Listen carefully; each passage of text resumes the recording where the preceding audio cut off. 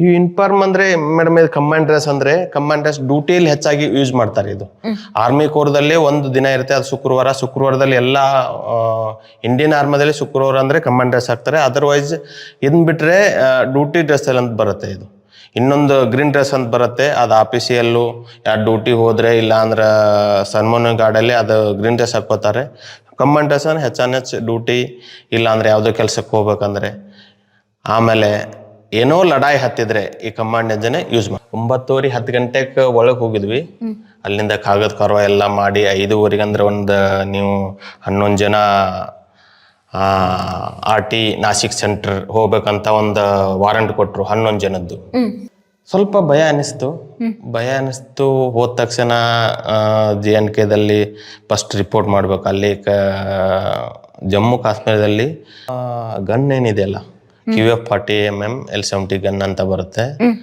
ಅದು ಹೈಟಲ್ಲಿ ಇಲ್ಲಿಂದ ಹೋಗಿ ಹೆಲಿಕಾಪ್ಟರ್ ಅದನ್ನೆಲ್ಲ ಬಿಚ್ಚಿ ಹೆಲಿಕಾಪ್ಟರ್ ತೊಗೊಂಡು ಮೇಲ್ಗಡೆ ಹೋಗಿ ಏನು ಬೈ ರೋಡ್ ಹತ್ತಂಗಿಲ್ಲಲ್ಲ, ಆ ಹೆಲಿಕಾಪ್ಟರ್ದಿಂದ ತೊಗೊಂಡು ಹೋಗಿ ಮೇಲ್ಗಡೆ ಒಂದು 10 ಗನ್ ಇಟ್ಟಿದ್ದು 97ದಲ್ಲಿ 98ದಲ್ಲಿ. ಆನೆ ವಾಲಾ ಹವಾಯಿ ಜಹಾಜ್ ಕಾ ದುಶ್ಮನ್ ಕಾ ಹವಾಯಿ ಜಹಾಜ್ ಕೋ ಉಡಾನ. ವೀಕ್ಷಕರೇ ಎಲ್ರಿಗೂ ನಮಸ್ಕಾರ. ಇವತ್ತು ಒಬ್ರು ಸ್ಪೆಷಲ್ ಗೆಸ್ಟ್ ನಮ್ಮ ಜೊತೆ ಇದ್ದಾರೆ. ಅವರಿಗೆ ಒಂದು ಸಲ್ಯೂಟ್ ಮಾಡೋದ್ರ ಮುಖಾಂತರ ಕಾರ್ಯಕ್ರಮನ ಆರಂಭ ಮಾಡ್ತಿದ್ದೀನಿ. ಜೈ ಹಿಂದ್ ಸರ್. ಜೈ ಹಿಂದ್ ಮ್ಯಾಮ್. ಶಾಂತಪ್ಪ ಗೊಡಾಚಿ ಅವರಿದ್ದಾರೆ. ಅವರು ಇಂಡಿಯನ್ ಆರ್ಮಿಲಿ ಕೆಲಸ ಮಾಡಿ ನಿವೃತ್ತಿ ಆದ ನಂತರ ಕ್ರಾಂತಿವೀರ ಸಂಗೊಳ್ಳಿ ರಾಯಣ್ಣ ಸೈನಿಕ ಶಾಲೆಯಲ್ಲಿ ಕಾರ್ಯನಿರ್ವಹಿಸ್ತಾರೆ. ಸರ್, ಕಾರ್ಯಕ್ರಮಕ್ಕೆ ಸ್ವಾಗತ ಸರ್. ನಮಸ್ಕಾರ. ನಮಸ್ಕಾರ. ಹೇಗಿದ್ದೀರಾ ಸರ್? ಚೆನ್ನಾಗಿದೆ ಮ್ಯಾಮ್. ಇಲ್ಲಿ ಸಂಗೊಳ್ಳಿ ರಾಯಣ್ಣ ಸೈನಿಕ ಶಾಲೆಯಲ್ಲಿ ಏನಾಗಿ ಕೆಲಸ ಮಾಡ್ತಾ ಇದ್ದೀರಾ ನೀವು? ನಾ ಈಗ ಕ್ವಾರ್ಟರ್ ಮಾಸ್ಟರ್ ಅಂತ ಕೆಲಸ ಮಾಡ್ತಾ ಇದ್ದೀನಿ ಮೇಡಮ್. ಕ್ವಾರ್ಟರ್ ಮಾಸ್ಟರ್ ಅಂದ್ರೆ ಏನ್ ಸರ್? ಕ್ವಾರ್ಟರ್ ಮಾಸ್ಟರ್ ಅಂದ್ರೆ ಏನ್ ಬೇಕು, ಕ್ಲೋತಿಂಗು ಇಶ್ಯೂ, ಆ ಬಳಿಕ ಮೆಸ್ನಲ್ಲಿ ಏನು ಸಾಮಾನು ಬೇಕು, ಫರ್ನಿಚರ್ ಎಲ್ಲ ಏನು ಬೇಕು, ನಮ್ಮ ಕೆಡೆಟ್ಗೆಲ್ಲ ಫರ್ನಿಚರ್ ಏನು ಬೇಕು, ಆಮೇಲೆ ಟೀಚರ್ಗೆ ಏನು ಫರ್ನಿಚರ್ ಬೇಕು, ಗೆಸ್ಟ್ ರೂಮ್ ಏನು ಫರ್ನಿಚರ್ ಬೇಕು, ಎಲ್ಲ ಏನು ತೊಗೊಂಡು ಬರ್ತಾರಲ್ಲ ಮೇಡಮ್, ನಮ್ಮ ಪ್ರಿನ್ಸಿಪಾಲ್ ಸರ್ ಆಗಲಿ ಕಮಿಷನರ್ ಅಲ್ಲಿಂದ ಏನು ಬರುತ್ತಲ್ಲ ಅದೆಲ್ಲ ನನ್ನ ಅಂಡರ್ದಲ್ಲಿರುತ್ತೆ. ನಾನೊಂದು ಸ್ಟೋರ್ದಲ್ಲಿ ಒಂದು ಬುಕ್ ಮಾಡಿದ್ದೇನೆ, ಅಲ್ಲಿ ಬುಕ್ ಎಂಟ್ರಿ ಮಾಡಿ ಅದೆಲ್ಲ ಮತ್ತು ನನ್ನ ಕಡೆಯಿಂದನೇ ಇಶ್ಯೂ ಮಾಡ್ತೀನಿ ಮೇಡಮ್. ಓಕೆ, ಅದ್ರ ಜೊತೆಗೆ ಯೂನಿಫಾರ್ಮ್ ಹಾಕಿದ್ದೀರಾ ಇವತ್ತು ನಮ್ಮ ಪ್ರೋಗ್ರಾಮ್ಗೆ ಅಂತಲೇ ಸರ್ಗೆ ಹೇಳಿದ ತಕ್ಷಣ ಸರಿ ಆಯ್ತು ಮೇಡಮ್ ಅಂತ ಹೇಳಿ ಯೂನಿಫಾರ್ಮ್ ಹಾಕಿದ್ರೆ thank you so much sir. ನಮಗೆ ರೆಸ್ಪೆಕ್ಟ್ ಕೊಟ್ರಿ, ಅದ್ರ ಜೊತೆಗೆ ನಾವು ಕೂಡ ನಿಮಗೆ ಯಾವಾಗಲೂ ನಮ್ಮ ಯೋಧರಿಗೆ ರೆಸ್ಪೆಕ್ಟ್ ಕೊಡ್ತೀವಿ. ನಿಮ್ಮ ಯೂನಿಫಾರ್ಮ್ ಇದೆಯಲ್ಲ, ಇದಕ್ಕೆ ಯಾವ ಕೇಡೆಡ್ ಯೂನಿಫಾರ್ಮ್ ಬರುತ್ತೆ? ಇದ್ರ ಯೂನಿಫಾರ್ಮ್ದು ಯಾವ ರೇಂಜಿಗೆ ಬರುತ್ತೆ ಸರ್? ಈ ಯೂನಿಫಾರ್ಮ್ ಅಂದ್ರೆ ಮೇಡಮ್ ಇದು ಕಮಾಂಡ್ ಡ್ರೆಸ್ ಅಂದ್ರೆ ಕಮಾಂಡ್ ಡ್ರೆಸ್ ಡ್ಯೂಟಿಯಲ್ಲಿ ಹೆಚ್ಚಾಗಿ ಯೂಸ್ ಮಾಡ್ತಾರೆ. ಇದು ಆರ್ಮಿ ಕೋರ್ದಲ್ಲಿ ಒಂದು ದಿನ ಇರುತ್ತೆ, ಅದು ಶುಕ್ರವಾರದಲ್ಲಿ ಎಲ್ಲಾ ಇಂಡಿಯನ್ ಆರ್ಮಿದಲ್ಲಿ ಶುಕ್ರವಾರ ಅಂದ್ರೆ ಕಮಾಂಡ್ ಡ್ರೆಸ್ ಹಾಕ್ತಾರೆ. ಅದರ್ವೈಸ್ ಇದನ್ ಬಿಟ್ರೆ ಡ್ಯೂಟಿ ಡ್ರೆಸ್ ಅಂತ ಬರುತ್ತೆ. ಇದು ಇನ್ನೊಂದು ಗ್ರೀನ್ ಡ್ರೆಸ್ ಅಂತ ಬರುತ್ತೆ, ಅದು ಆಫೀಸಿಯಲ್ಲು ಯಾರು ಡ್ಯೂಟಿ ಹೋದ್ರೆ ಇಲ್ಲ ಅಂದ್ರೆ ಸನ್ಮಾನ ಗಾರ್ಡಲ್ಲಿ ಅದು ಗ್ರೀನ್ ಡ್ರೆಸ್ ಹಾಕೋತಾರೆ. ಕಮಾಂಡ್ ಡ್ರೆಸ್ ಅಂದ್ರೆ ಹೆಚ್ಚು ಡ್ಯೂಟಿ ಇಲ್ಲ ಅಂದ್ರೆ ಯಾವುದೋ ಕೆಲ್ಸಕ್ಕೆ ಹೋಗ್ಬೇಕಂದ್ರೆ, ಆಮೇಲೆ ಏನೋ ಲಡಾಯಿ ಹತ್ತಿದ್ರೆ ಈ ಕಮಾಂಡ್ ಎಂಜನೆ ಯೂಸ್ ಮಾಡ್ತಾರೆ. ಎಲ್ಲೆಲ್ಲ ಕೆಲಸ ಮಾಡಿದ್ರಿ? ಅದು ಕಲರೇ ಹೇಳ್ತಾ ಇದೆ ನೀವು ಎಲ್ಲೆಲ್ಲಿ ಕೆಲಸ ಮಾಡಿದಿರಿ ಅಂತ. ನಾನು ಮೇಡಮ್ 1997 ಜೂನ್ದಲ್ಲಿ ಭರ್ತಿ ಆಗಿದ್ದು. ಭರ್ತಿ ಆಗಿದ ತಕ್ಷಣ ನನಗೆ ಬೆಳಗಾವಿ BROದಲ್ಲಿ ರಿಪೋರ್ಟ್ ಮಾಡಿದೆ. ಅಲ್ಲಿಂದ ನನಗೆ ನಾಸಿಕ್ ಹಾಕಿದ್ರು, Nashik army air defence centre. ಅಲ್ಲಿಂದ 1 ವರ್ಷ ಟ್ರೈನಿಂಗ್ ಮಾಡಿ ಮತ್ತೆ ಆ ಕಲರಿಂಗ್ ಬಗ್ಗೆ ಹೇಳಿ ಸರ್ ಫಸ್ಟ್. ಕಲರ್ ಇದು ಮ್ಯಾಮ್ 9 ಇಯರ್ಸು, ಇದು 50 ಇಯರ್ಸು, ಇದು ಹೈಟಿ ಅಂತ, ಇದು ಬಳಿಕ JNK 2, ಇದು OP ಪರಾಕ್ರಮ್, OP ವಿಜಯ್ ಬಂದ್ಬಿಟ್ಟು ಇದು OP ರಕ್ಷ. ಅದೇನ್ ಹೇಳಿದ್ರೆ ಅದು ಫುಲ್ ಫಾರ್ಮ್ ಆಗಿ ಹೇಳ್ಬೇಕು ಸರ್, ನಮ್ಗೆಂತೂ ಅರ್ಥ ಆಗಲ್ಲ. ಯಾಕೆಂದ್ರೆ ನಿಮ್ದೇ ಅದು ಕೋಡ್ ವರ್ಡ್ಸ್ ಜೊತೆಗೆ ಅದ್ರ ಜೊತೆಗೆ ಅದಕ್ಕೆ ಅದ ಡಿಸ್ಕ್ರಿಪ್ಷನ್ ಇರುತ್ತೆ. ನೀವು ಶಾರ್ಟ್ ಫಾರ್ಮ್ ಅಲ್ಲಿ ಹೇಳಿದ್ರಿ, ಮಿಲಿಟರಿಯರ್ಗೆ ಹೇಳಿದ್ರೆ ಖಂಡಿತ ಅರ್ಥ ಆಗುತ್ತೆ. ಇದು ಮೇಡಮ್ ಈಗ ಬಂದ್ಬಿಟ್ರೆ 9 ಇಯರ್ಸ್ ಆಗತ್ತೆ. ಓಕೆ, ಅದ್ ಗೊತ್ತಾಯ್ತು. 9 ಇಯರ್ಸ್ ಆದ್ರೆ ಹಾಕೊಳ್ತಾರೆ. ಇದು 15 ಇಯರ್ಸ್ ಅಂದ್ರೆ 1947 ಇಂದ 1997 ಅದರಲ್ಲಿ ಏನ್ ಭರ್ತಿ ಆಗಿರ್ತಾರಲ್ಲ ಅವ್ರಿಗೆ ಮಾತ್ರ ಇರುತ್ತೆ. ಆ ಬಳಿಕ ಇದು ಏನ್ ಹೈಟಿ ಕಟ್ ಮಾಡಿರ್ತಾರಲ್ಲ ಅವ್ರು ಹಾಕ್ತಾರೆ. ಆ ಬಳಿಕ JNK ಯಾರು ಹೋಗಿ ಸರ್ವಿಸ್ ಮಾಡ್ತಾರಲ್ಲ ಅವ್ರಿಗೆ ಜಮ್ಮು ಕಾಶ್ಮೀರದಲ್ಲಿ ಜಮ್ಮು ಕಾಶ್ಮೀರದಲ್ಲಿ ಯಾರು ಸರ್ವಿಸ್ ಮಾಡ್ತಾರಲ್ಲ ಅವ್ರಿಗೆ ಇದು ಮೆಡಲ್ಸ್ ಬರುತ್ತೆ. ಆ ಬಳಿಕ OP ಪರಾಕ್ರಮು. OP Parakram means OP ಅಂದ್ರೆ OP ವಿಜಯ, OP ಪರಾಕ್ರಮ್ ಏನ ಲಡಾಯಿ ಆಗಿತ್ತಲ್ಲ ಮೇಡಮ್ 99ದಲ್ಲಿ, ಆ ಸಂದರ್ಭದಲ್ಲಿ ಭಾಗವಹಿಸಿದ್ದು. ಅದಾದ ನಂತರ ಇದು JNKದಲ್ಲಿ ಒ ಪಿ ಪರಾಕ್ರಮ ಆದ ಬಳಿಕ ಈಗೊಂದು ಇದು ಬಂದಿತ್ತು ಮೇಡಮ್. ಓಕೆ, ಅಲ್ಲೆಲ್ಲ ಕೆಲಸ ಮಾಡಿದ್ದು ಇಂಡಿಕೇಟ್ ಆಗಿ ನೀವು ಒಂದೊಂದು ಇಟ್ಕೊಡ್ತೀರಿ. ಅಂದ್ರೆ ಅದೆಲ್ಲ ಜೋಡಿಸಿ ಹಾಕೊಂಡಿರೋದಾ ನೀವು? ಸಪ್ರೇಟ್ ಇರುತ್ತೆ? ಅದೆಲ್ಲ ಜೋಡಿಸೇ ಬರುತ್ತೆ ಮೇಡಮ್. ಓಕೆ. ಫಸ್ಟು ಎಲ್ಲಿ ಸೆಲೆಕ್ಷನ್ ಆಗಿದ್ದು, ಮತ್ತೆ ನಿಮ್ಗೆ ಇಂಡಿಯನ್ ಆರ್ಮಿಗೆ ಹೋಗ್ಬೇಕು ಅಂತ ಯಾಕೆ ಅನ್ನಿಸ್ತು?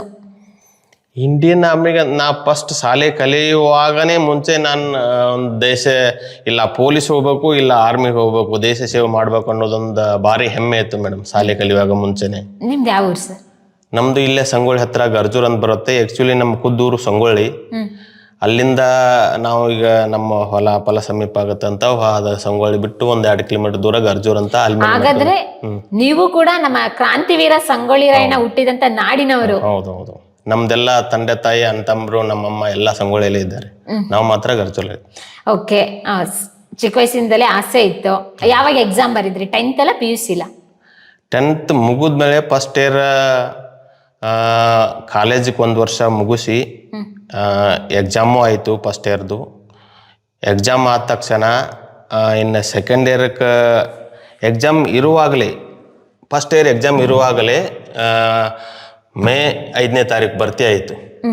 ಮೇ 5ನೇ ತಾರೀಕು ಭರ್ತಿ ಆಯಿತು. ಭರ್ತಿ ಆದ ತಕ್ಷಣ ಜೂನ್ 26ಕ್ಕೆ ಅದು 26ಕ್ಕೆ ನಾನು ಜಾಯಿನ್ ಅಂತೇಳಿ 4 ದಿನ ಮುಂಚೆ ಬಂದಿತ್ತು, ಜೂನ್ 21ಕ್ಕೆ. ಆಮೇಲೆ ಅವತ್ತು ಒಂದಿನ ಬೆಳಿಗ್ಗೆ 8 ಗಂಟೆಗೆ ಮನೆಯಲ್ಲಿ ಸೆಕೆಂಡ್ ಇಯರ್ ಎಕ್ಸಾಮ್ ಅಡ್ಮಿಷನ್ ಮಾಡಿ ಬಾ ಅಂತೇಳಿ ಹಣ ಕೊಟ್ಟರು. ಇವಾಗಲೇ ರೆಡಿಯಾಗಿ ಹೋಗ್ಬೇಕಂದ್ರೆ 7:30 ಗಂಟೆಗೆ ಒಂದು ಗಾಡಿ ಬರುತ್ತೆ. ಆ ಗಾಡಿಯಿಂದ ಬಸ್ ಸ್ಟ್ಯಾಂಡ್ಗೆ ಹೋಗಿದ್ದೆ ನಾನು. ಅಲ್ಲಿಂದ ಸಂಗೊಳ್ಳಿಯಿಂದ ಪೋಸ್ಟ್ ಮ್ಯಾನ್ ಬಂದ, ನಿಮ್ಮದು ಆರ್ಮಿ ಭರ್ತಿ ಆಗಿದೆ ತಗೋ ಅಂತ. ಮತ್ತು ಅದು ಮನೆಗೆ ಬರಲಿಲ್ಲ ಮೇಡಮ್. 4 ಜನ ಇದ್ದೀವಿ ನಾವು ಫ್ರೆಂಡ್ಸ್. ಆ ಲೆಟ್ರ್ ತೊಗೊಂಡು ಸೀದಾ ಮತ್ತು ಬೈಲಹೊಂಗಲಕ್ಕೆ ಹೋದು.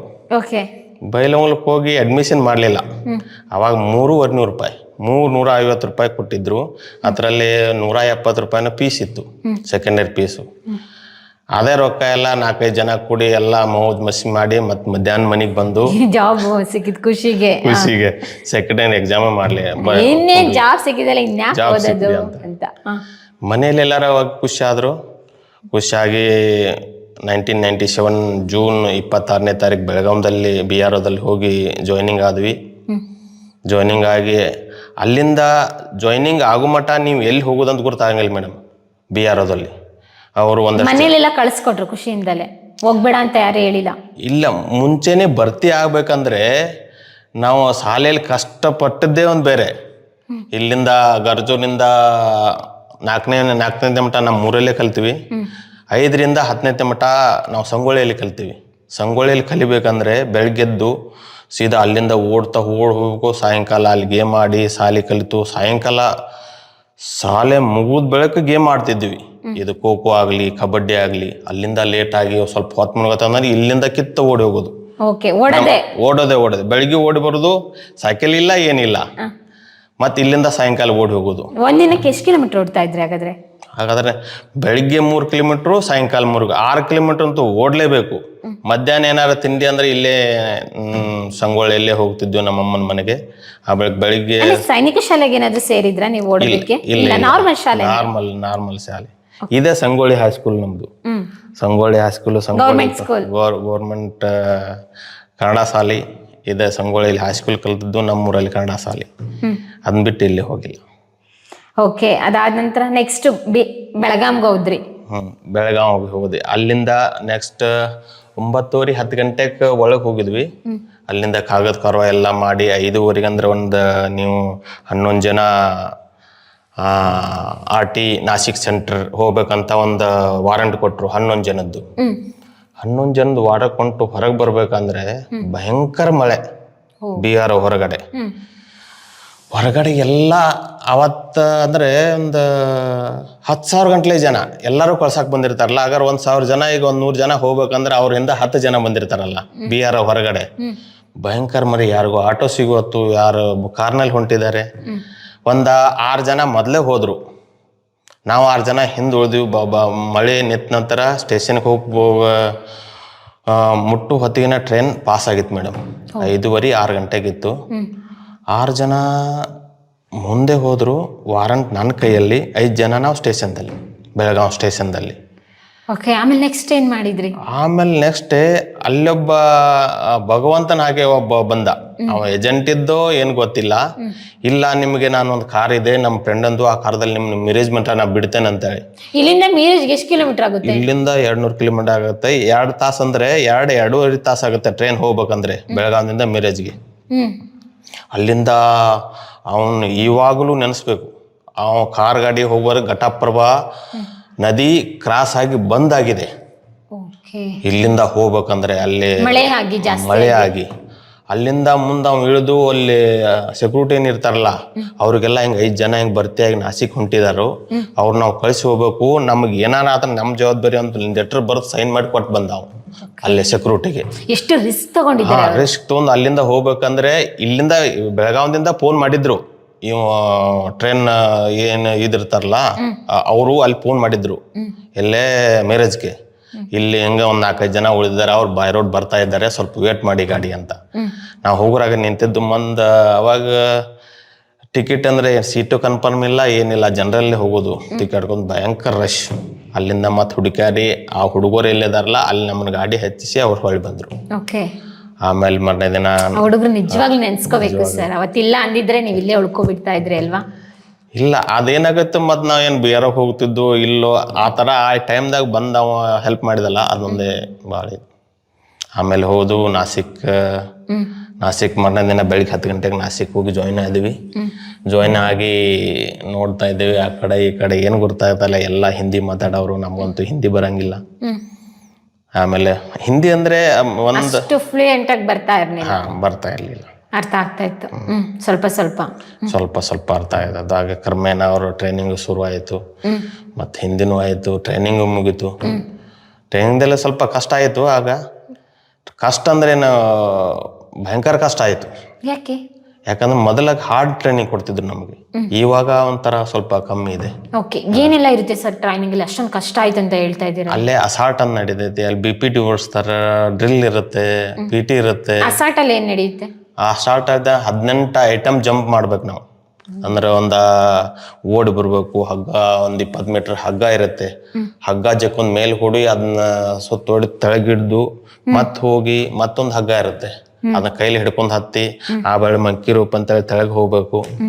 ಹಿಂಗೆ ಮೇಲೆ ಇಷ್ಟೇ ಇರುತ್ತೆ ಅದು, ಅದ್ರಲ್ಲಿ ತೆಳಗಡೆ ಹೋಗಿ ಮತ್ತೆ ಗಡ್ಡ ಇರುತ್ತೆ, ಜಂಪ್ ಇರುತ್ತೆ, ವಾಲ್ ಇರುತ್ತೆ. ಆಮೇಲೆ ಮತ್ತೊಂದ್ 2 ರಸ್ಸಿ ಇರ್ತಾವ, ಹೋಗಿ ಈ ಕಡೆಯಿಂದ ಹತ್ತಿ ಮೇಲೊಂದ್ ಕೆಳಗೊಂದ್ ರಸ್ಸಿ ಇರುತ್ತೆ, ಅಲ್ಲಿ ಅದ್ರಲ್ಲಿ ಹೋಗಿ ಮತ್ ಕೆಳಗಿಳಿದು ಮತ್ತೊಂದ್ 20 ಮೀಟರ್ ರಸ್ಸಿ ಇರುತ್ತೆ, ಅದನ್ನ ಹತ್ತಿ 18 ಐಟಮ್ ಪಾರ್ ಮಾಡಿ ಹೋಗ್ಬೇಕು. ಅದಕ್ಕೆ ತುಂಬಾ ಕಷ್ಟ ಆಯ್ತು. ಹಾಗಾದ್ರೆ ಬೆಳಗ್ಗೆ ಎಷ್ಟು ಗಂಟೆಯಿಂದ ಸ್ಟಾರ್ಟ್ ಆಗೋದು ನಿಮ್ದಿಲ್ಲ ಆಸಾಟ್ ಎಲ್ಲ? ಸ್ಟಾರ್ಟ್ ಅದ್ ಟೈಮಿಂಗ್ ಅಂದ್ರೆ 20 ನಿಮಿಷ ಫಸ್ಟ್ ಬರ್ಬೇಕಂದ್ರೆ 20-25 ನಿಮಿಷ ಟೈಮ್ ಇರುತ್ತೆ ಅದ್ರದ್ದು. ಅದನ್ನೆಲ್ಲ ಮುಗಿಸ್ಬೇಕಂದ್ರೆ ಅದನ್ನೆಲ್ಲ ಮುಗಿಸ್ಬಾರ್ದೆಲ್ಲ ನಮ್ ಎಲ್ಲ ಸೋತ ಅಷ್ಟು ಕಷ್ಟ ಆಗುತ್ತೆ. ಟ್ರೈನಿಂಗ್ ಆಗಿ ಫಸ್ಟ್ ಪೋಸ್ಟಿಂಗ್ ನಮ್ಮನ್ನ JNK ಹಾಕಿದ್ರು ಮೇಡಮ್. ಫಸ್ಟ್ ಪೋಸ್ಟಿಂಗ್ ಯಾವ ಸ್ಟೇಟಿಗೆ ಬರುತ್ತೆ ಅದು? ಅದು ನಾವು ಅಲ್ಲಿಂದ ಹಾಕಿದಂದ್ರೆ ನಮ್ಮ ಎಲ್ಲ ಆರ್ಮಿ ಏರ್ ಡಿಫೆನ್ಸ್ ಅಂದ್ರೆ AD ರೆಜಿಮೆಂಟ್ ಅಂತಾರೆ. ಅಲ್ಲಿಂದ ಎಲ್ಲರೂ AD ರೆಜಿಮೆಂಟ್ಗೆ ಮೂವ್ ಆಗ್ಬೇಕು. ನಮ್ದಿತ್ತು ಫಸ್ಟ್ ಪೋಸ್ಟಿಂಗ್ JNK, ಜಮ್ಮು ಕಾಶ್ಮೀರದಲ್ಲಿ ಜಮ್ಮು ಕಾಶ್ಮೀರದಲ್ಲಿ ಓಲ್ಡ್ ಏರ್ಪೋರ್ಟ್. ಫಸ್ಟೇ ಒಳ್ಳೆ ಪ್ಲೇಸಿಗೆ ಹಾಕಿದ್ದಾರೆ ನಿಮ್ಮನ್ನ, ಜಮ್ಮು ಕಾಶ್ಮೀರಕ್ಕೆ. ಹೆಸರು ಕೇಳಿದ ತಕ್ಷಣ ನಿಮ್ಗೆ ಏನ್ ಅನಿಸ್ತು? ಸ್ವಲ್ಪ ಭಯ ಅನಿಸ್ತು. ಹೋದ ತಕ್ಷಣ JNKದಲ್ಲಿ ಫಸ್ಟ್ ರಿಪೋರ್ಟ್ ಮಾಡ್ಬೇಕು. ಅಲ್ಲಿ ಜಮ್ಮು ಕಾಶ್ಮೀರದಲ್ಲಿ ಒಂದು ಇದಿರುತ್ತೆ ಬಟಾಲಿಯನ್, ಅಲ್ಲಿಂದ ಮೇಲ್ಗಡೆ ಬಸ್ಸಿಗೆ ಹೋಗ್ಬೇಕು. ಇಲ್ಲ ಅಂದ್ರೆ ಅವ್ರಿಗೆ ದೂರ ಅಂದ್ರೆ ಬರ್ಕಿದ್ರೆ ಏರೋಪ್ಲೇನ್ ಕಳಿಸ್ತಾರೆ, ಹಾಗೆಲ್ಲ ಇರುತ್ತೆ. ಯಾವ ಡಿಪಾರ್ಟ್ಮೆಂಟ್ ಅಲ್ಲಿ ಇದ್ರಿ ನೀವು? ಆರ್ಮಿ ಏರ್ ಡಿಫೆನ್ಸ್ ಡಿಪಾರ್ಟ್ಮೆಂಟ್ ಅಲ್ಲೇ, ಆರ್ಮಿ ಅಂಡ್ ಡಿಫೆನ್ಸ್ ಡಿಪಾರ್ಟ್ಮೆಂಟ್ ಅಲ್ಲೇ. ಓಕೆ. ಜಮ್ಮು ಕಾಶ್ಮೀರದಲ್ಲಿ ಎಷ್ಟು ದಿನ ಇದ್ರಿ? ಅಲ್ಲಿ ಫಸ್ಟ್ ಹೋದ 2 ವರ್ಷ.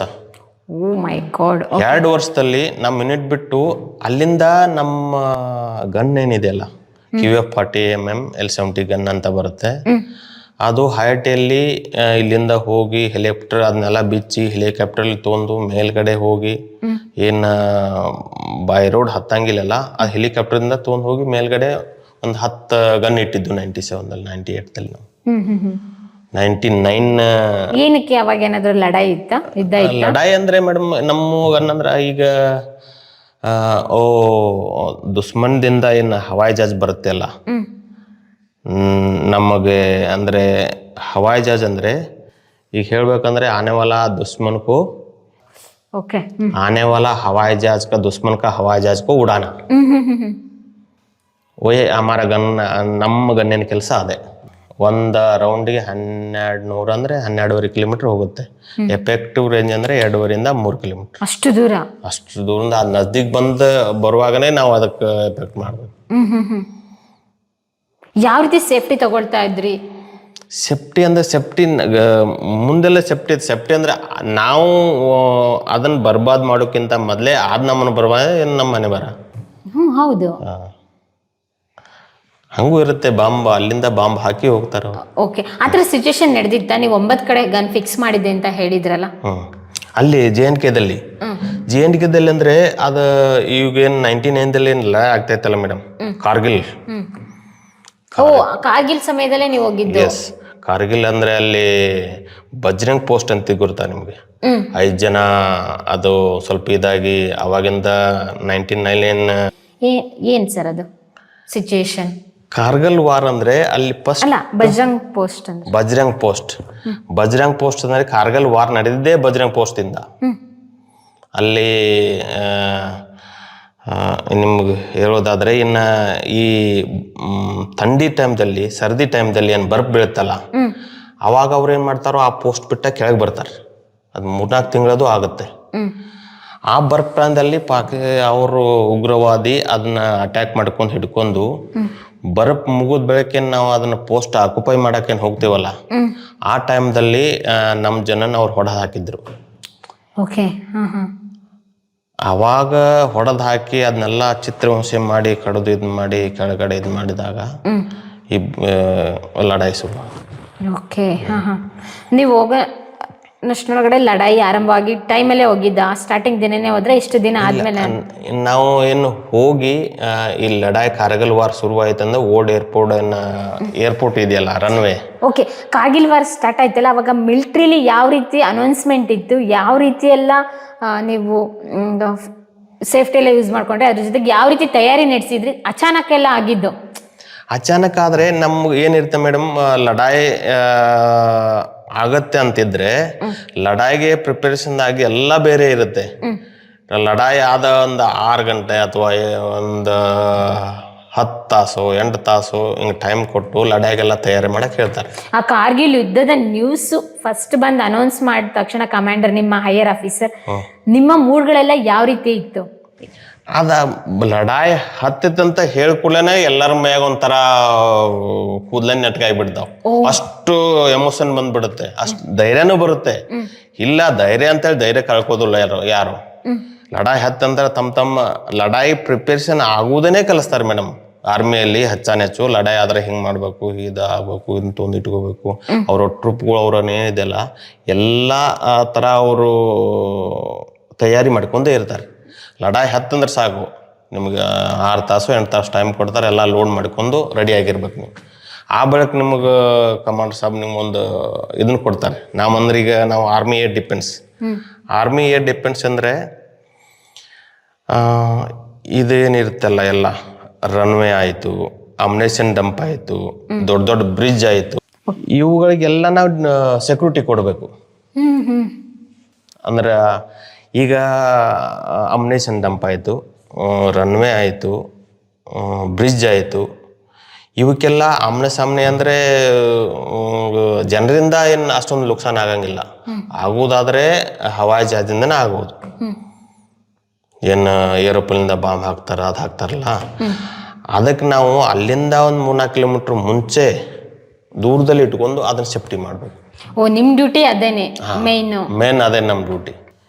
ಈ ದೊಡ್ಡ ಅಂದ್ರೆ ಅಮ್ಯುನಿಷನ್ ಡಂಪ್, ಅದಕ್ಕೆ ಏನೋ ದೂರಿಂದ ಹವಾಯಿ ಜಹಾಜ್ ಅದರಿಂದ ಏನೋ ಬಾಂಬ್ ದಾಳಿ ಮಾಡಬಾರ್ದು ಅನ್ನೋ ಉದ್ದೇಶದಿಂದ ನಾವೇನ್ ಮಾಡ್ತೇವೆ, ಅದಕ್ಕೆ ಸೆಕ್ಯೂರಿಟಿ ಕೊಡ್ತೇವೆ. ಆ ಸೆಕ್ಯೂರಿಟಿ ಕೊಡೋದ್ರೆ ನಮ್ಮ ಗನ್ನುಗಳು ಹಾಗೆ, ಅದರಲ್ಲಿ ಒಂದು ಗನ್ನಲ್ಲಿ 6 ಜನ ಕುಂತಾಗ ಒಮ್ಮೆ ಫೈರ್ ಆಗುತ್ತೆ. ಅದು 6 ಜನ ಕೆಲಸ ಮಾಡಬೇಕು ಒಂದೇ ಗನ್ನಲ್ಲಿ. ಓಕೆ ಯಾವ ರೀತಿ ಸರ್, ಯಾವ ರೀತಿ ಇರುತ್ತೆ, ಎಷ್ಟು ವೈಟ್ ಇರುತ್ತೆ? ಅದ 4,000 ಫಿಕ್ಸ್ ಮಾಡ್ಬೇಕಂದ್ರೆ ಎಷ್ಟು ಟೈಮ್ ಹಿಡಿಯುತ್ತೆ? ಸ್ಟೆಟಿಕ್ ಇರುತ್ತೆ ಮೇಡಮ್. ಫಿಕ್ಸ್ ಮಾಡ್ಬೇಕಂದ್ರೆ ಮತ್ತೆ ಅದಕ್ಕೆ ವೀಲ್ ಹಾಕಿ ಎತ್ತಿಕೊಂಡು ಹೋಗ್ಬೇಕು. ಎಲ್ಲಾರು ಮೂವ್ ಮಾಡ್ಬೇಕಂದ್ರೆ ಆ ಸ್ಟೆಟಿಕ್ ಮಾಡ್ಬೇಕಂದ್ರೆ ವೀಲ್ ತೆಗೆದು ಸ್ಟೆಟಿಕ್ ಮಾಡಿ ಅದನ್ನೆಲ್ಲ ಅದರಲ್ಲಿ ಬಬಲ್ಸ್ ಇರ್ತಾವೆ, ಬಬಲ್ಸ್ ಎಲ್ಲ ಇಟ್ಬಿಟ್ಟು ಅದನ್ನ ಲೆವೆಲಿಂಗ್ ಮಾಡಿ ಆ ಬಳಿಕ ಅದ್ರ ಮೇಲೆ ಫೈರ್ ಆಗುತ್ತೆ. 4,700 ಕಿಲೋ 4 ಟನ್ 700 ಕಿಲೋ ಇರುತ್ತೆ ಒಂದು ಗನ್ನು. ಅದರಲ್ಲಿ 6 ಮಂದಿ ಕೂಡಿ ನಾವು ಕೆಲಸ ಮಾಡಿದ್ಮೇಲೆ ಅದರಲ್ಲಿ ಎಟ್ ಎ ಟೈಮ್ 6 ಮಂದಿ ಅಂದ್ರೆ ಕೆಳಗಡೆ ಇಬ್ರು ಎಲ್ಲ ಒಟ್ಟಿಗೆನೆ ಕೆಲಸ ಮಾಡಬೇಕು. ಎಲ್ಲ ಒಟ್ಟಿಗೆನೆ ಕೆಲಸ ಮಾಡ್ಬೇಕು 6 ಜನ ಆದ್ರೆ ಮಾತ್ರ ಉಡಾಯಿಸೋದು ಸಾಧ್ಯ, ಇಲ್ಲ ಅಂದ್ರೆ ಆಗ್ತಾ ಇರ್ಲಿಲ್ಲ. ಈಗ ಅದರಲ್ಲಿ ಹವಾಲ್ದಾರ್ ಅಂದ್ರೆ ಈಗ ನಾವು ಹವಾಲ್ದಾರ್ ಏನಿರ್ತಾವಲ್ಲ, ನಾವು ಹಿಂತಿತ್ಕೊಂಡು ಅವು ಗೈಡ್ ಮಾಡೋದು. ಅದರಲ್ಲಿ 2 ಜನ ಏನ್ ಮಾಡ್ತಾರೆ, ರೌಂಡ್ ಹಾಕ್ತಿರ್ತಾರೆ, ತಳಗಿಂದ ಗನ್ ಒಳಗೆ ಹಾಕ್ತಾರೆ, ಅದ್ರ ಕಾಚ ಇರುತ್ತೆ. 2 ಜನ ಗನ್ ಒಳಗಿದ್ದಾನೆ ರೌಂಡ್ ಒಳಗಡೆ ಹಾಕ್ತಾರೆ. ಅದರಲ್ಲಿ ಒಬ್ಬ ಡೈರೆಕ್ಷನ್ ತಗೊಂಡು ಅದು ಫೈರ್ ಮಾಡ್ತಿರ್ತಾನೆ, ಒಬ್ಬ ಏನ್ ಮಾಡ್ತಾನೆ ಡೈರೆಕ್ಷನ್ ಹೇಳ್ತಿರ್ತಾನೆ. ನಾವು ಹಿಂದಿತ್ಕೊಂಡು ನಾವು ಡೈರೆಕ್ಷನ್ ಹೇಳ್ತೇವೆ. ನಾವು ಫೈರ್ ಅಂದ ಬಳಿಕ ಅವ್ರು ಫೈರ್ ಮಾಡ್ಬೇಕು ಅದ್ರಲ್ಲಿ ಕುಂತು ಜನ. ಅದನ್ನ ನಾವು ನಮ್ಮ ಬೈನಾಕ್ಲೋರ್ ಇರ್ತಾವ್ರಿ, ಬೈನಾಕ್ಲೋರ್ ನಾವು ಉಳ್ಬೇಕಿದ್ದ ನಮ್ದಿದೆ, ನಿಮ್ಮದಿದೆ, ನಮ್ದಿದೆ. ಅವರು ನೋಡ್ತಾ ಇರ್ತಾರೆ, ನೀವು ನೋಡ್ತಾ ಇರ್ತೀರ. ಅಂದ್ರ ಯಾರ್ದು ಬರತೈತೆ ಅದು. ಹೌದು, ಅಚಾನಕ್ ನಮ್ಮ ಇದ್ರಲ್ಲೇನೆ ನಮ್ದು ಬರ್ಬೋದು. ಲಡಾಯಿ ಅದು ಹೆಂಗಿರುತ್ತೆ ಮೇಡಮ್ ಅಂದ್ರೆ, ಲಡಾಯಿ ಶುರುವಾಯಿತು. ಈಗ ಲಾಸ್ಟ್ ಬೋರ್ಡರ್ ಏನಿದೆಯಲ್ಲ, ಮತ್ಲಬ್ ಇದು ಪಂಜಾಬ್ ಏರಿಯಾ ಆಯಿತು, ಜಮ್ಮು ಕಾಶ್ಮೀರ ಆಯಿತು, ಇಂಥ ರೂಟ್ದಲ್ಲಿ ಹೋಗ್ಬೇಕಂದ್ರೆ ಅದ ಹೈರ್ ಅಥಾರಿಟಿ ಏನು ಏರ್ಫೋರ್ಸ್ ಇದೆಯಲ್ಲ, ಅವ್ರ ಪರ್ಮಿಷನ್ ತಗೊಂಡೇ ಅಲ್ಲಿ ದಾಟ್ಬೇಕು. ಅದು ನೀವಾದ್ರೂ ಇಲ್ಲ, ಹವಾಯಿ ಜಹಾಜ್ ಹೋಗ್ಬೇಕಂದ್ರೆ ಆ ಏರಿಯಾದಲ್ಲಿ ಹೌದು ಯಾವುದೇ ಒಂದು ಅದು ಇದು ಪ್ರೈವೇಟ್ ಆಗ್ಲಿ ಗೌರ್ಮೆಂಟ್ ಆಗ್ಲಿ, ಆಮೇಲೆ ಇದು ನಮ್ಮ ಫೈಟರ್ದು ಹೇಳ್ತಾವಲ್ಲ, ಫೈಟಿಂಗ್ ಪೋಸ್ಟದು ದಾಳಿ ಮಾಡ್ಲಿಕ್ಕೆ ಹೋಗ್ತಾವಲ್ಲ, ಅವಾಯ್ತು ಏರ್ಫೋರ್ಸ್ಗೆ ರಿಪೋರ್ಟ್ ಮಾಡೇನೆ ಅವು ಹೇಳ್ಬೇಕು.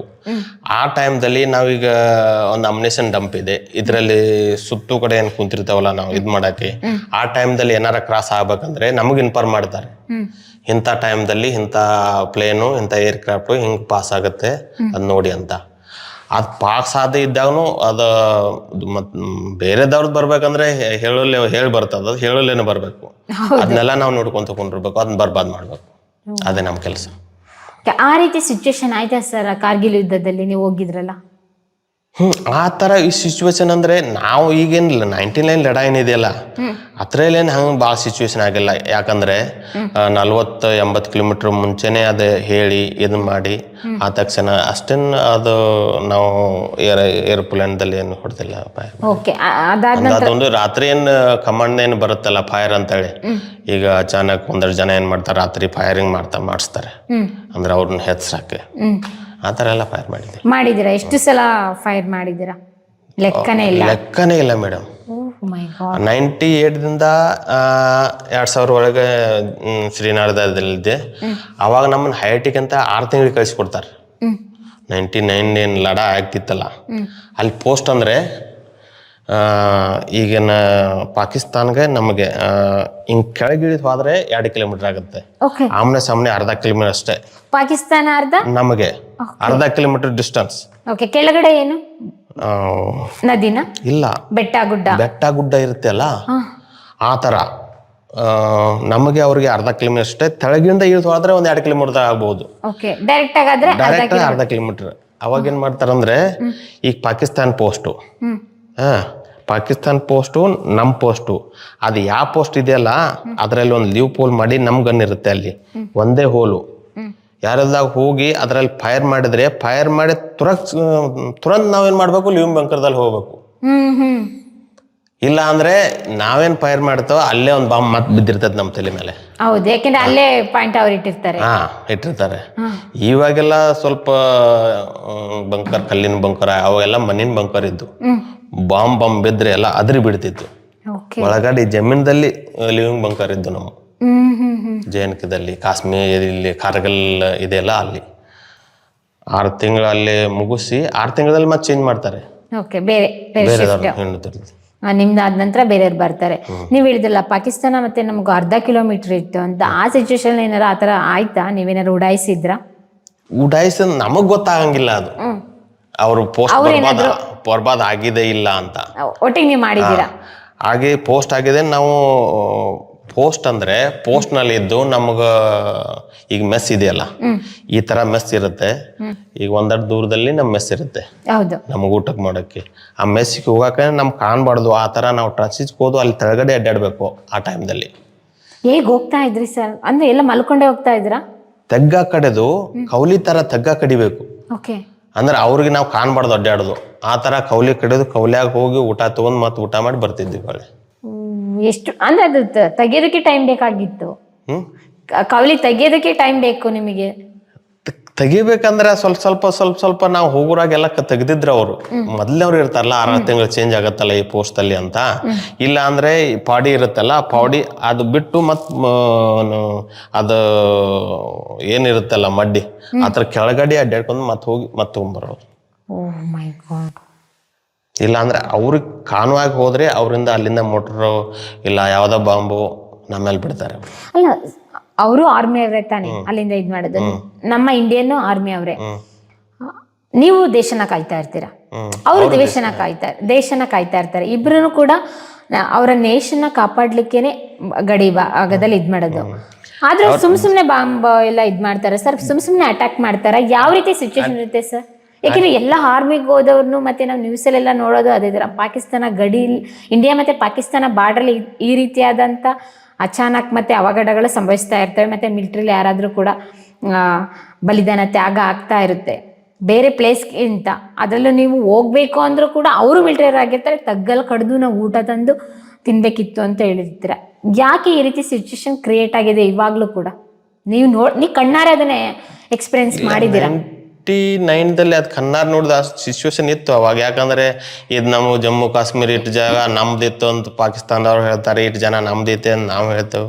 ಅದು ಎಲ್ಲಿ ಈಗ ಆಗಿತ್ತೆ ಅಂದ್ರೆ ನಡಬದ್ದೇನೆ ನಮ್ಮ ದೇಶದವ್ರಾಗ್ಲಿ ಅವ್ರ ದೇಶದವ್ರಾಗ್ಲಿ ಏನು ಉಗ್ರವಾದಿ ಏನದಾರಲ್ಲ ಅವ್ರು ತಿಳಿದು ಅವರೇ ಹೆಚ್ಚಿದನ್ ಮಾಡೋದು. ಅಲ್ಲಿ ಬೋರ್ಡರ್ದಲ್ಲಿ ಉಗ್ರವಾದಿ ಅಂತ ಏನಿಲ್ಲ. ಅಲ್ಲಿ ಏನಿರ್ತಾರೆ ಈಗ ಬಜರಂಗ್ ಪೋಸ್ಟ್ ಅಂತ ಏನಿತ್ತಲ್ಲ, ಅದ್ ಮೊದಲು ನಮ್ದಿತ್ತು. ಏನೀಗ ನಮ್ದು ಅಂತೇಳಿ ಅವ್ರು ತೊಂದ್ರಲ್ಲ, ಅದೇ ಈ ಜಾಗ ಅವ್ರು ಏರ್ ಬರ್ತಾರ ಒಂದೆರಡು ಜನ, ಇಲ್ಲ ಅಂದ್ರೆ ನಮ್ದಂತೇಳಿ ನಾವೇ ಏರ್ ಹೋಗ್ತೇವಿ. ಇದಕ್ಕೆಲ್ಲ ಆಗುತ್ತೆ. ಇದಕ್ಕೇನೆ ಯುದ್ಧ ಆಗ್ತಾ ಇದ್ದಿದ್ದು ಅಷ್ಟೇ.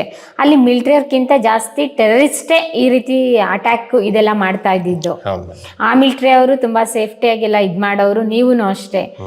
ನೀವ್ ಹೇಳೋ ಸಿಚುವೇಶನ್ ನೋಡಿದ್ರೆ ಅಲ್ಲಿ ಮಿಲಿಟರಿ ಅವ್ರಕ್ಕಿಂತ ಜಾಸ್ತಿ ಅದೇನ್ ಈಗ ಲೈನ್ ಆಫ್ ಕಂಟ್ರೋಲ್ ಏನಿದೆಯಲ್ಲ, ಲೈನ್ ಆಫ್ ಕಂಟ್ರೋಲ್ದಲ್ಲಿ ಅಷ್ಟೊಂದು ಉಗ್ರವಾದಿ ಇರಲ್ಲ. ಈಗ ನಾವು RR ಏನಿರುತ್ತೆ ಅಲ್ಲ, RR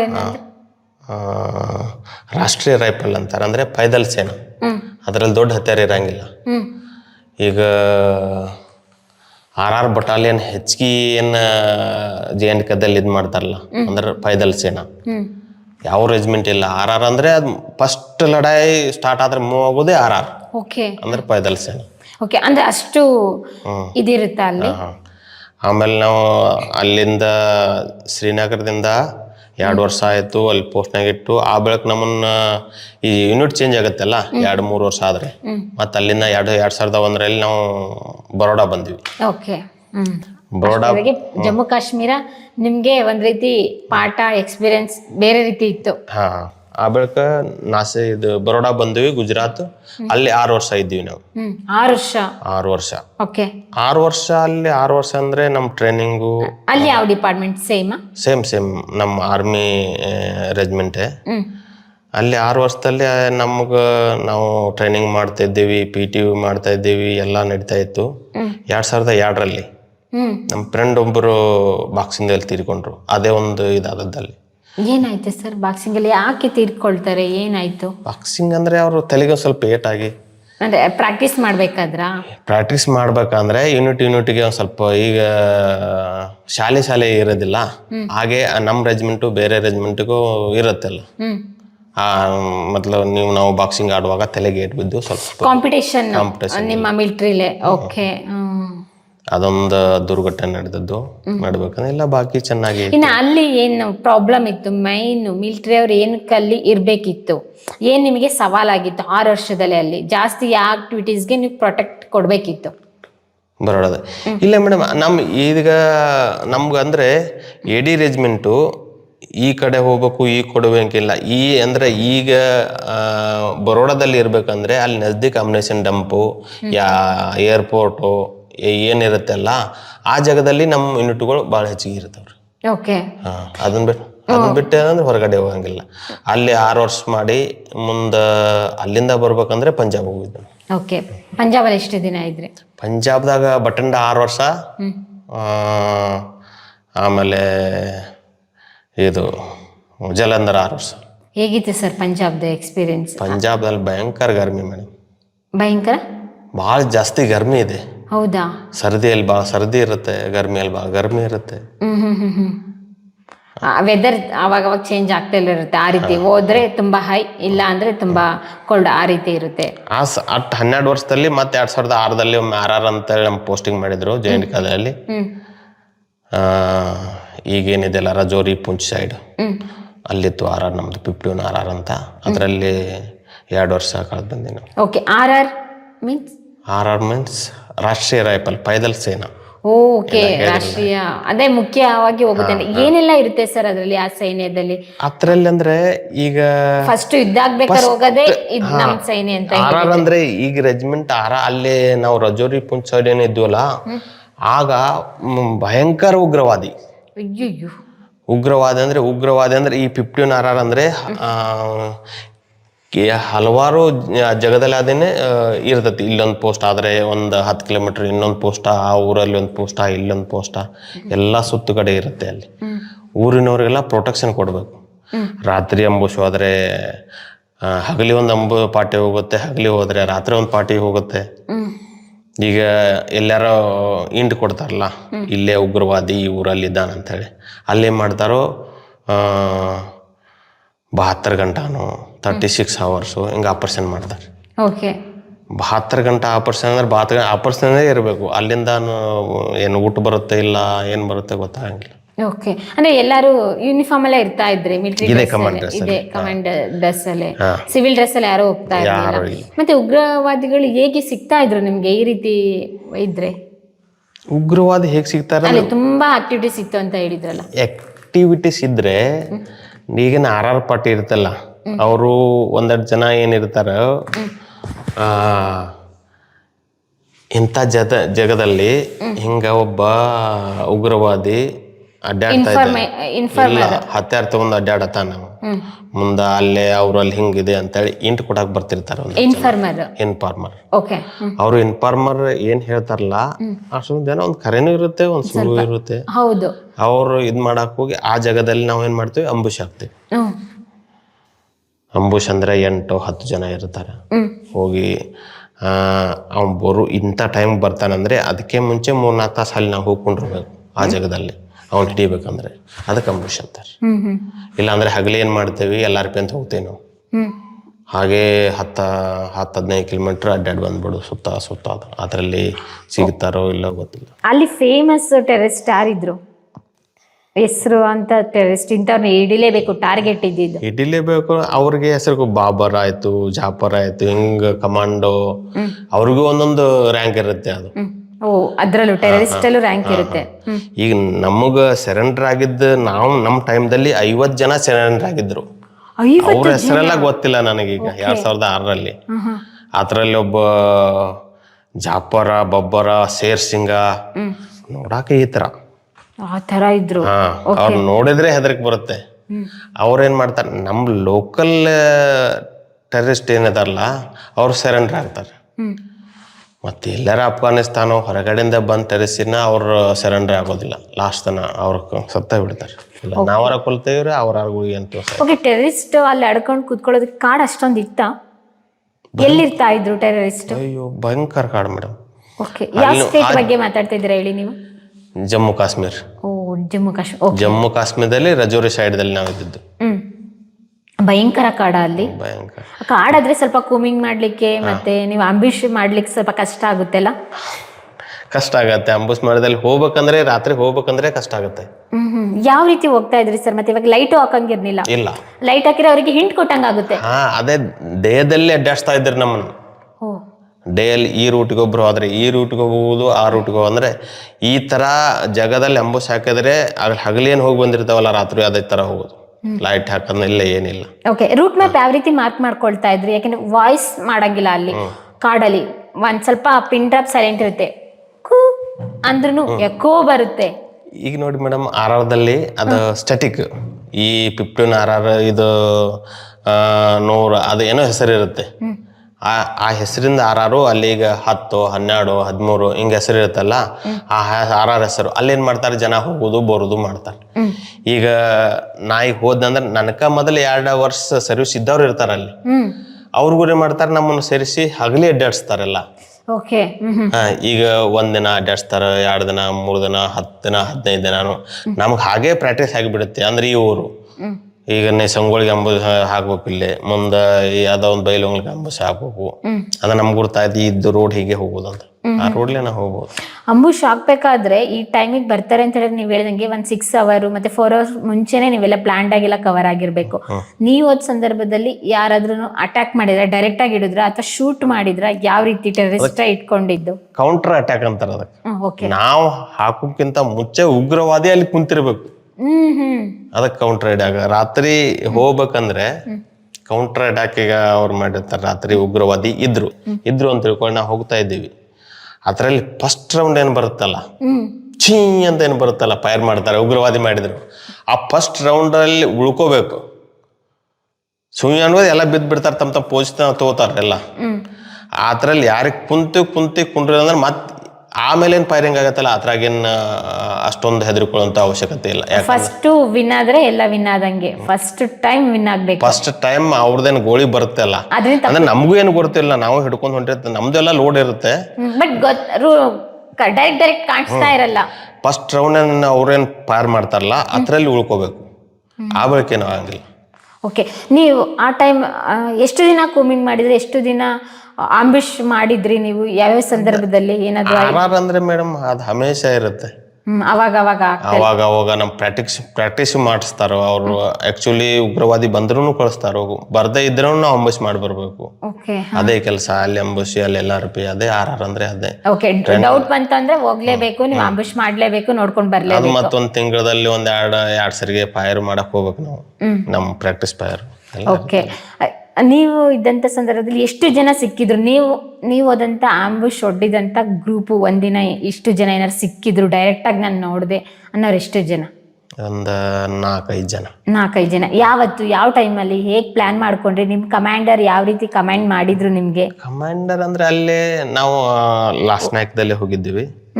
ಹೋಗಿ ಕಮಾಂಡರ್ ಸಾಹೇಬ್ಗೆ ಆದೇಶ ಬಂತು, ಇಂಥ ಜಾಗದಲ್ಲಿ ಇಂಥ ಊರಲ್ಲಿ ಒಂದಿಬ್ರು ಮಿಲಿಟೆಂಟ್ಸ್ ಅದಾರು, 10 ಗಂಟೆಗೆ ಎಲ್ಲ ರೆಡಿಯಾಗಿ ರಾತ್ರಿ 10 ಗಂಟೆಗೆ ಹೋದ್ವಿ. ಬೆಳಿಗ್ಗೆ ಅರ್ಲಿ ಮಾರ್ನಿಂಗ್ ಬರ್ಫು ಬೀಳ್ತಾ ಇದೆ, ಮಳಿನೂ ಬರ್ತಾ ಇದೆ. ಅಂತರಲ್ಲಿ ಅದು ಡೋಕ್ ಅಂತಾರೆ ಮೇಡಮ್ ಅಲ್ಲಿ. ಡೋಕ್ ಅಂದ್ರೆ ಮನೆ. ಮನೆ ಅಂದ್ರೆ ಅಲ್ಲಿ ಪಾಸ್ ಇರೋದಿಲ್ಲ, ಒಂದ್ ಸ್ವಲ್ಪ ದೂರ ಇರುತ್ತೆ. ಇಲ್ಲೊಂದು ಮನೆ ಇದ್ರೆ ಅಲ್ಲೊಂದು ಮನೆ, ಅಲ್ಲೊಂದು ಮನೆ ಇದ್ರೆ ಅಲ್ಲೊಂದು ಮನೆ, ಫುಲ್ ಕಂಪ್ಲೀಟ್ ಕಾಡು. ಹಂಗಾರೆ ಮಲೆನಾಡು ಪ್ರದೇಶದಲ್ಲಿ ಇರುತ್ತಲ್ಲ, ಅಲ್ಲೊಂದು ಇಲ್ಲೊಂದು ಮನೆ, ಆ ರೀತಿ. ಆತರ ಅಲ್ಲಿ ಇದ್ರೆ ಮೂರು ಪೊಸಿಷನ್ ಇರುತ್ತೆ, 3 ಅಂಬುಷ್ ಪಾರ್ಟಿ ಒಂದೇ ಮನೆಗೆ ಫೈರ್ ಮಾಡ್ತಾ ಇದ್ದಾರೆ ಎಲ್ಲ. ಯಾಕೆ? ಒಳಗಡೆ ಮಿಲಿಟೆಂಟ್ಸ್ ಇದಾರ ಅಂತ ಹೇಳಿ ಡೌಟ್ ಬಂದು.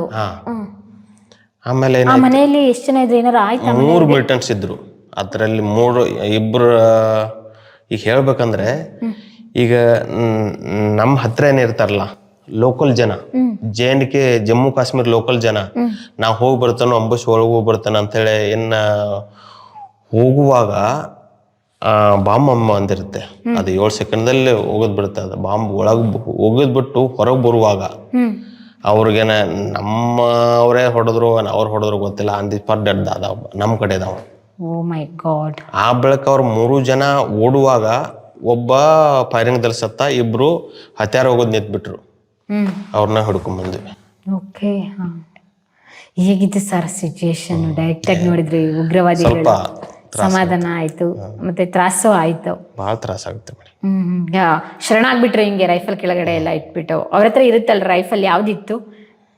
AK-47 ಇರುತ್ತೆ ಅವ್ರಂತ. ಅಷ್ಟು ಈಸಿಯಾಗಿ ಸಿಗುತ್ತಾ ಅಲ್ಲೆಲ್ಲ ಅವರಿಗೆಲ್ಲ?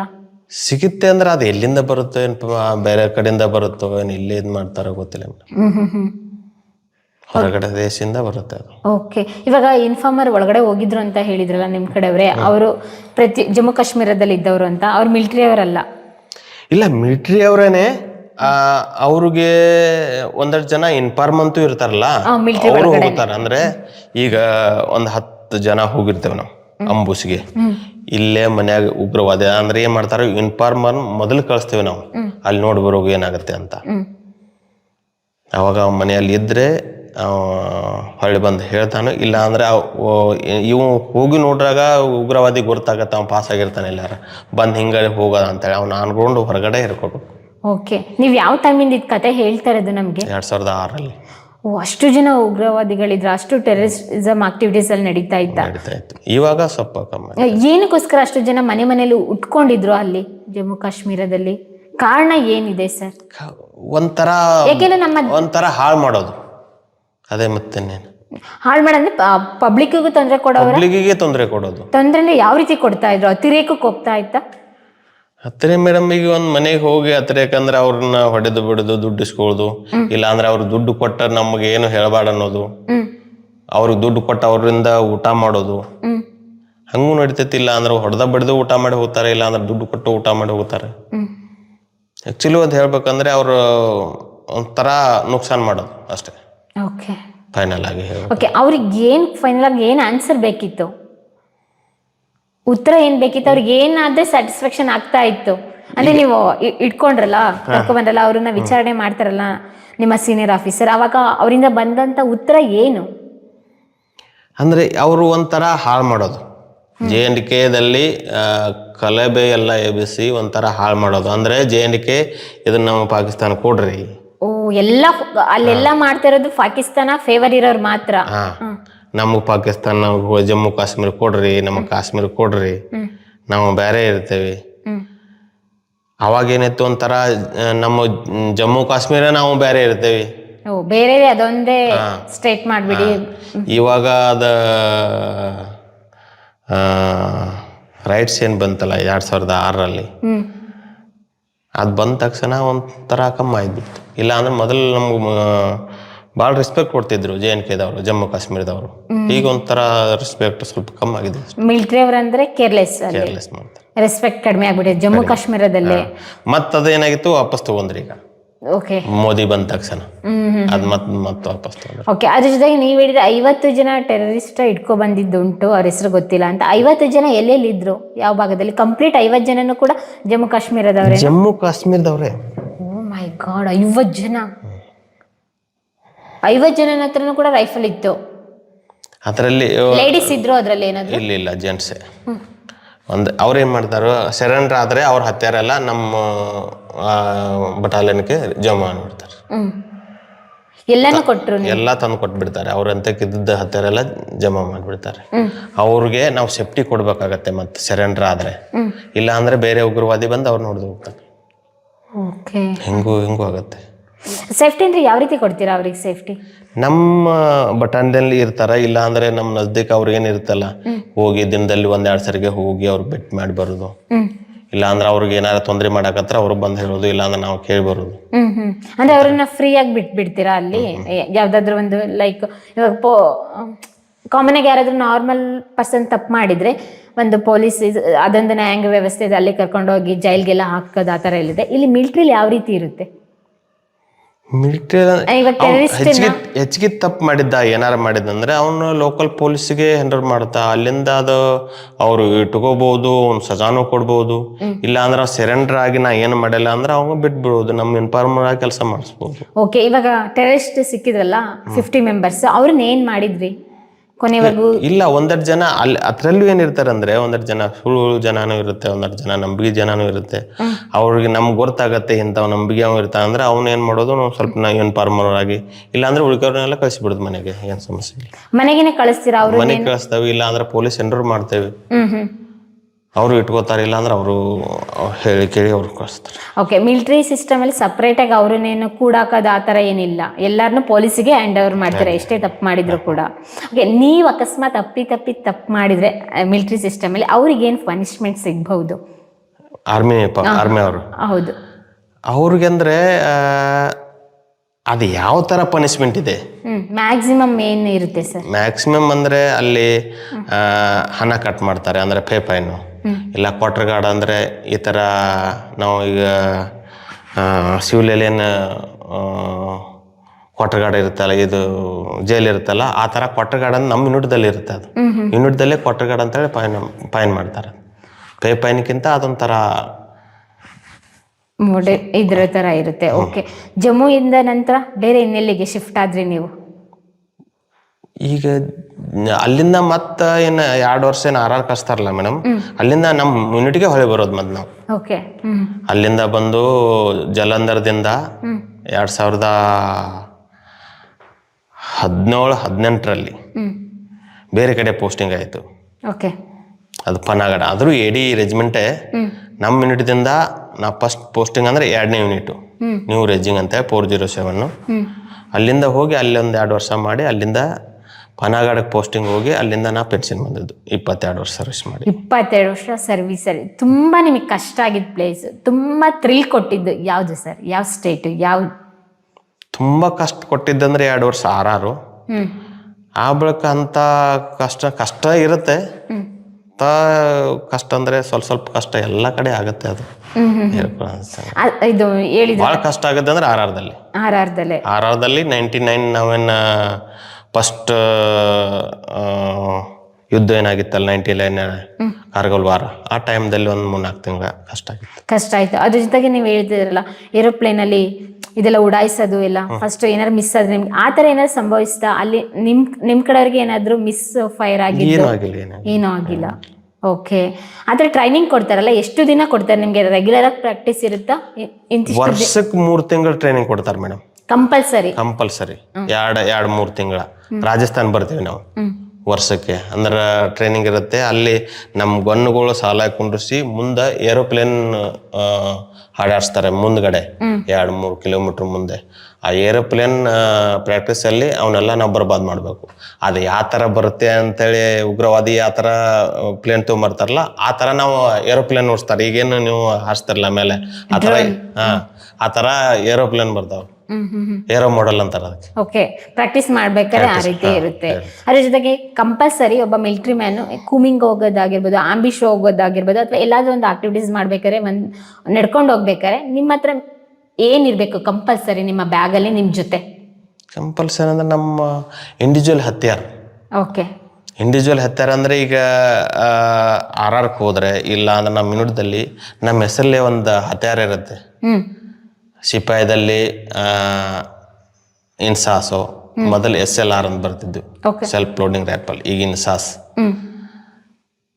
ಆ ಬಳಿಕ ಕಾರ್ಬನ್ ಅಂತ ಬರ್ತಾವ್ರಿ, ಹವಾಲ್ದಾರ್ ಆದ್ರೆ ಕಾರ್ಬನ್. ನಮ್ಮ ಹೆಸರಲ್ಲೇ ಒಂದು ಇರುತ್ತೆ. ಅದು ಲಡಾಯಿ ಆದ್ರೆ ನಮ್ಮಂತ ಟೋಕನ್ ಇರ್ತಾವ, ಟೋಕನ್ ಅಲ್ಲಿ ಹಾಕಿ ಹತ್ಯಾರ ತಗೊಂಡು ಓಡ್ತಾ ಇರ್ಬೇಕು. ಯಾರು ಹೇಳಂಗಿಲ್ಲ ನೀವು ಈ ಹತ್ಯಾರ ತಗೊಳ್ಳಿ, ಈ ಹತ್ಯಾರ ತಗೊಳ್ಳಿ. ನಮಗ ಅಥರೈಸೇಷನ್ ರೌಂಡ್ ಎಷ್ಟಿದೆಯಲ್ಲ ಅಷ್ಟು ಅಮ್ನೇಷನ್ ಡಂಪ್ಗೆ ಹೋಗಿ ತಗೊಂಡು ಡ್ರೆಸ್ ಹಾಕೊಂಡು ನಮ್ದು ಪರ್ಸನಲ್ ಕಿಟ್ಟು, ಆ ಬಳಿಕ 3 ದಿನಕ್ಕೆ ಆಗುವಟ್ಟು ರೇಷನ್ ಕೊಡ್ತಾರೆ ನಮ್ಗೆ. ಆ ರೇಷನ್ ಎಲ್ಲ ತಗೊಂಡು ನಾವು ಹೇಳಿದ ಮೆಟ್ಟಿಗೆ ಹೋಗಿ ನಿಲ್ಬೇಕು. ಅಲ್ಲಿಂದ ನಾವು ಗಾಡಿಯಲ್ಲಿ ಹತ್ತಿ ನಾವು ಎಲ್ಲಿ ಕಳಿಸ್ತಾರಲ್ಲ ಅಲ್ಲಿ ಹೋಗ್ಬೇಕು. ಓಕೆ, 3 ದಿನಕ್ಕಾಗಿ ರೇಷನ್ ಅಂತ ಹೇಳಿದ್ರೆ ಏನಿರುತ್ತೆ? ರೇಷನ್ ಅಂತ ಹೇಳಿದ್ರೆ ಯೂಶಲಿ ರೈಸ್ ಇರುತ್ತಾ ಅಥವಾ ಬೇರೆ ರೀತಿ ಇರುತ್ತಾ? ರೈಸ್ ಅಂದ್ರೆ ಡ್ರೈ ರೇಷನ್ ಕೊಟ್ಟಿರ್ತಾರೆ. ಅದ ಸಕ್ಕರೆ ಚಾಪಡಿ, ಅಕ್ಕಿ ಹಿಟ್ಟು, ಇಲ್ಲಾಂದ್ರೆ ಶಂಕರಪಾರ ಅಂತ ಕೊಟ್ಟಿರ್ತಾರೆ. ಈಗ ಇವತ್ತು ಬೆಳಿಗ್ಗೆ ಲಡಾಯಿ ಚಾಲು ಆಯ್ತು, ಹೊರಟಿ ನಾವು ಬೆಳಿಗ್ಗೆ ಏನ್ ಮಾಡ್ತಾರೋ ಪುರಿನೂ ಏನೋ ಲಂಚ್ ಕೊಡ್ತಾರೆ. ಬ್ರೇಕ್ಫಾಸ್ಟ್ ಮಾಡ್ತೇವಿ, ಲಂಚ್ ಕೊಡ್ತಾರೆ. ರಾತ್ರಿ ಡಿನ್ನರ್ ಇದ್ರೆ ಪುರಿ ಕೊಡ್ತಾರೆ. ಆ ಬಳಿಕ ನೆಕ್ಸ್ಟ್ ಊಟ ಬರುತ್ತೆ ಪೋಸ್ದಲ್ಲಿ, ಎಲ್ಲೋ ನಜ್ದೀಕ್ ಹೋದಲ್ಲಿ ಎಲ್ಲೋ ಊಟ ತಂದು ಕೊಡ್ತಾರೆ. ಅದಕ್ಕೆ ಕ್ವಾರ್ಟರ್ ಮಾಸ್ಟರ್ ಅಂತಾರಲ್ಲ, ಕ್ವಾರ್ಟರ್ ಮಾಸ್ಟರ್ ಈಗ ಬರುತ್ತೆ. ಕ್ವಾರ್ಟರ್ ಮಾಸ್ಟರ್ ಕೆಲಸನೇ ಅದೇ, ಮೇಡಮ್ ಕೆಲಸ. ಅವ್ರ ಊಟ ಇದು ಹಂಚೋದು, ಅಮ್ನೇಷನ್ ಹಂಚೋದು, ಬ್ಯಾಕ್ ನಾವೇನ್ ಲಡಾಯಿ ಹೋಗ್ತಾವಲ್ಲ, ನಮಗ್ ಬ್ಯಾಕ್ ಸಪೋರ್ಟ್ಗೆನೂ ಅಷ್ಟೇ ಜನ ಇರುತ್ತೆ. ಎಡಮ್ ಇರುತ್ತೆ, ಕ್ವಾರ್ಟರ್ ಮಾಸ್ಟರ್ ಅಂದ್ರೆ ಗಾಡಿಗಳು ಇರುತ್ತೆ. ಇವ್ರು ಎಲ್ಲಿ ಹೋಗುತ್ತಾರಲ್ಲ ಅವ್ರಿಗೆಲ್ಲ ಸಪೋರ್ಟಿಂಗ್, ಅಮ್ಯುನಿಷನ್ ಸಪೋರ್ಟಿಂಗು, ಅವ್ರಿಗೆ ಕ್ಲೋತಿಂಗ್ ಸಪೋರ್ಟಿಂಗು, ಇನ್ನೊಂಥರ ಬ್ಯಾಕ್ ಫೋರ್ಸ್ ಇದ್ದಂಗೆ ಅವರೆಲ್ಲ ಸಪೋರ್ಟ್ ಮಾಡ್ತಾರೆ.